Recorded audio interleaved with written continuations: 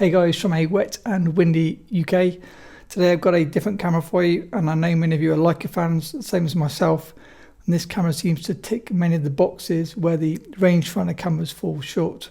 Today we're looking at Tlr cameras. I'm sure many of you know about these cameras, but I've got a particularly special one which I'm pretty sure you won't have heard of. It's a rare camera from the 1950s from Japan, and it takes amazing pictures. Hey guys, Matt here from MrLeica.com. So I know normally we look at Leica related content, but I thought this camera is so special I needed to show it to you. Today we're looking at a Kowa Kalloflex Mark II, the one I've got, a Japanese Tlr camera from the 1950s. But before we get into that, let's first see why you may want to use a Tlr camera if you normally use, say, a mirrorless camera or a rangefinder camera. The problem like a rangefinder cameras is they're amazing at certain things, but they're really rubbish at other things. As I'm sure we all know, we kind of have to put up with the minimum close focus distance of 0.7 meters or 1 meter, depending on most lenses. Flash sync speed of a 50th of a second on the film cameras, and I think it's 180 on the M cameras. Pretty rubbish compared to what some cameras can do. So if we limit ourselves to Leica, we are limiting ourselves to the 35mm film format. Wouldn't it be great to just get that bit more resolution by shooting, say, 6x6? I think 6x6 gives you, 5 times more real estate in terms of negative size than 35mm. The problem with many of the good medium format cameras is they're all really quite big. You've got Hasselblads, you've got Mamiya RZ, Mamiya RZ 6.7. Wouldn't it be nice to have a compact 6x6 camera that fits into your bag, which is a similar size to an M camera plus lens? That's what you get from a compact Tlr camera, and that's why I love this camera that I'm going to show you so much. It is small enough and light enough to take with me instead of a second Leica body when I'm traveling and doing my photo shoots, say in Poland. And then another huge benefit, Tlr cameras are often a lot cheaper than some of the cameras I just mentioned. Obviously not all the Rolleiflex 2.8, you're going to pay a premium price for that, but you can get much cheaper cameras, and I paid less than £200 for the one I'm going to show you. So to recap, this camera is going to be precision engineered, the same as Leica. It's going to be compact, the same as Leica. It's got a sharp lens, the same as Leica. It focuses closer than Leica, so double tick. It's medium format 6x6 negatives, so double tick, you're going to get better image resolution / shallow depth of field combination. Like the Leica film cameras, there is no electronics in this Tlr camera, so nothing pretty much to go wrong. It's got many of the dummy proof features built in to stop you double exposing, features which help me as someone that often forgets and could easily screw up a picture. And it gives you a different shooting experience to Leica cameras.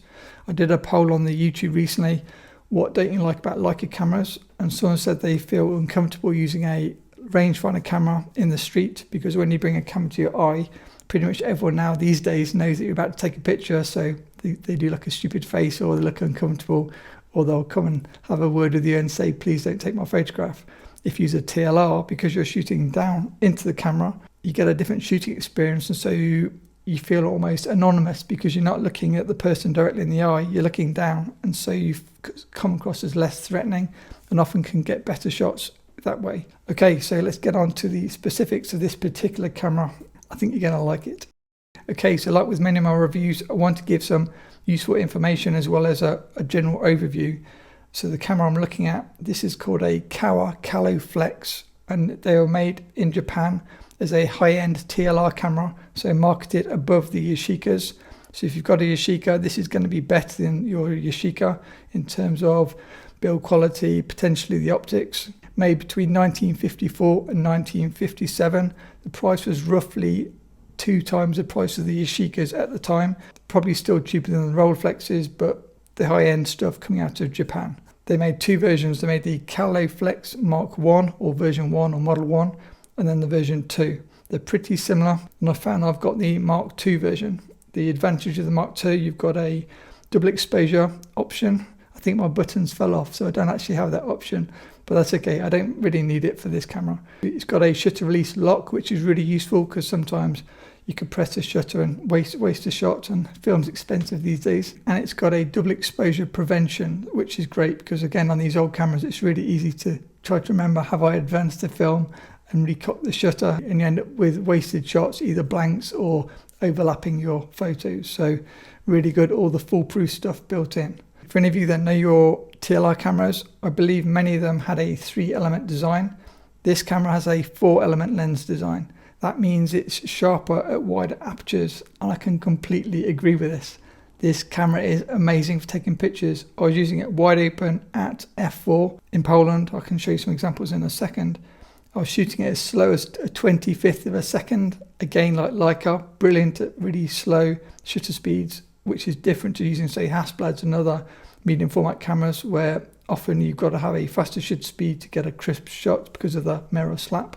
The reason you can do such a slow shutter speed is it is a leaf shutter lens. The first camera had a Seiko Sha rapid shutter, and the second one had a Seiko Sha MX shutter, which is the one that I've got. So that's an easy way to tell the difference if you find one of these cameras on eBay and you're trying to work out which is which, or which one you own if you already own this and you're watching this video. These are leaf shutter lenses, and so you can sync your flash right up to 500th of a second, which is obviously amazing if you love playing with flash. And all you do is use the sync cable on the front of the camera from the sync port and put the camera in X mode, and then you'll be able to shoot with flash. Many TLR cameras have a Fresnel lens over the ground glass to try to help you focus. This is slightly different. This has got like a convex glass over the top. Is it concave or convex? The one that goes up. That makes it really, really easy to focus. I would say easier than my Hasselblad. And I use the Acumat screens in my Hasselblad to give me the best possible chance. So I just flip up the magnifying viewfinder over the ground glass, focus in the center, recompose a little bit, take my shot. I'd say my compositions are a little bit off compared to what I get with the Hasselblad. I have had to crop some of the photos in afterwards, but I think that's just beginner error, so to speak. I'm not watching the edges as much as I should, and obviously everything's backwards, so it feels a bit awkward at first when you're setting up your shots. So yes, the Kalloflex was the first camera produced by the Japanese company Kowa Optical Works. They then went on to make the Kowa 6x6, which is like a bit of a Hasselblad, not clone, but a 6x6 camera with a decent lens. And then I think things kind of fell off a cliff a bit, and the cameras they made in the later years were not quite as high spec. The Kalloflex was said to be the most over-engineered of all their cameras, and you really just feel like nicely made, like a camera. Hence, I think you guys might like it. I'm sure Rolleiflexes feel fairly similar. I've got the roller cord, and I can confirm that the Kalloflex lens is better than the lens I've got on the roller cord. Rolleiflexes obviously look very pretty, but you can actually get cheaper cameras which take better pictures, as in this example. If you don't know what a TLR camera is, I should probably point out it's a twin lens reflex camera. So with a Hasselblad, you're just looking straight through the lens, and what you see is what you get. The same on, say, an SLR camera. The twin lens reflex camera is you look through the top lens called the viewing lens, and then you take the photo with the bottom lens called the taking lens. So the lens on the top and the bottom are both 75mm, which is, I think, 50mm-ish equivalent. Top lens is an f3 lens, and the bottom one's an f3.5. The only time I find this a little bit annoying is the top lens will show you've got a really nice bokeh background, but then the bottom lens, if you stopped it down to say f4, for example, the bokeh you think you're going to get is not quite as dramatic as what you actually get, because the viewing lens is f3, and say I was taking all my shots at f4. Gets your hopes up more than necessary, I guess is what I'm trying to say. The other advantage of this camera is it uses the Bay 1 filters, the same as I shared in my Rolleiflex video. It's quite an old video, you might want to look at it just to have a laugh. The Rolleiflex video is actually the only video I've ever shot outside. The reason I say check out that video is it shows you Rolleinar lenses, and these are close focus attachment lenses using the Bay 1 filter size, which is the same on the Kalloflex as on the roller cord. So I'm using my Rolleinar lenses from the roller cord on the Kalloflex to allow me to focus closer than the 3 feet, I think it is, minimum focus distance, to get even closer if I need to.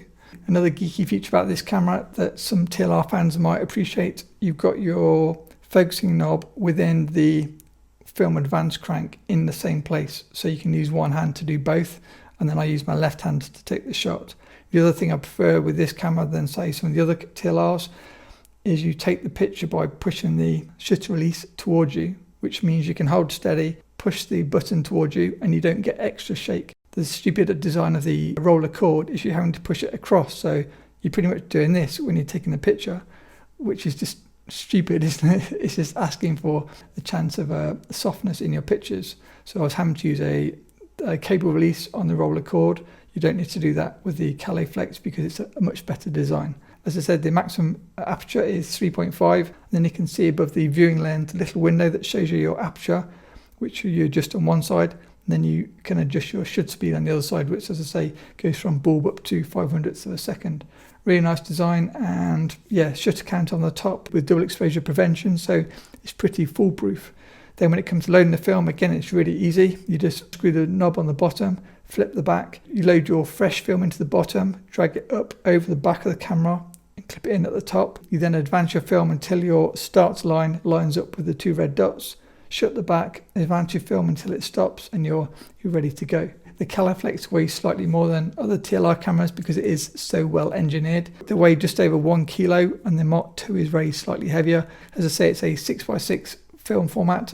Obviously takes 120 film and will give you 12 images. Let's now have a look at some sample photos. So these first photos were shot a few years ago during lockdown when I first got the camera, and then kind of got distracted by other cameras and it didn't get much use. More recently, I just took the camera to Poland, and this is when I really kind of fell in love with this camera, and it's going to get more use for sure, based purely on the size and quality of the images ratio. The fact that I can carry it, it's small, and it gives me 6x6 portraits. It is bigger than a folding camera. Voigtlander Perchiavali 1, Voigtlander Perchiavali 2, they don't have a rangefinder, so they're pretty much useless for shooting portraits up close, which is where the TLR ticks the box. So if I'm shooting portraits, I'd take the TLR. If I'm shooting landscapes, I'd take the Perchiavali, say cycling, holiday. I put the Perchiavali in my back pocket. Brilliant. There's no rangefinder for it to be vibrated out of calibration, and yeah, fantastic camera at what it does, but it's not for my portrait photography. Okay, and then these photos were shot in Poland on the latest trip. You probably saw, if you've seen the previous few videos, you probably saw the models holding this camera. Everybody wanted to have a go because obviously it looks pretty cool. These photos are shot at f4 and probably between a 50th of a second to 100th of a second on a mix of Fomapan 100 and Ilford HP5. Okay, so in summary, can I recommend TLR cameras to Leica shooters? I would say yes, especially the more compact ones, such as the one I showed you in this video. Small enough to carry, 6x6 negatives, different shooting style because you're looking down rather than forward. Although you could use an EVF on, say, your digital M and look down if you wanted to do something a bit different. You get to play with the square composition, and I think it just keeps things fresh, having a few different camera systems and a few different formats. Getting yourself a TLR for a couple of £100 on eBay, it might rejuvenate your photography. In terms of prices, TLR prices vary massively. If you get the cult style cameras like the Rolleiflex 2.8, you're going to pay a fortune. You've got the Millar cameras like the, I think it's C330. They're bigger cameras, but you can change the lens. Whereas the ones we're talking about today, these are fixed lens cameras. I think if you can find one on eBay, even if you bought it, enjoyed it for 6 months, you can probably sell it at the same price after 6 months. So I don't think there's a huge risk involved when buying one on eBay. You might not be able to find this particular camera. If you can, get one. I love mine and I'm sure you'll really enjoy it. With that, if you enjoyed the video, please smash the like button. As always, a huge thanks to my awesome Patreons. And yes, if you want to see my TLR video shot in the garden, watch my Rolleiflex video next.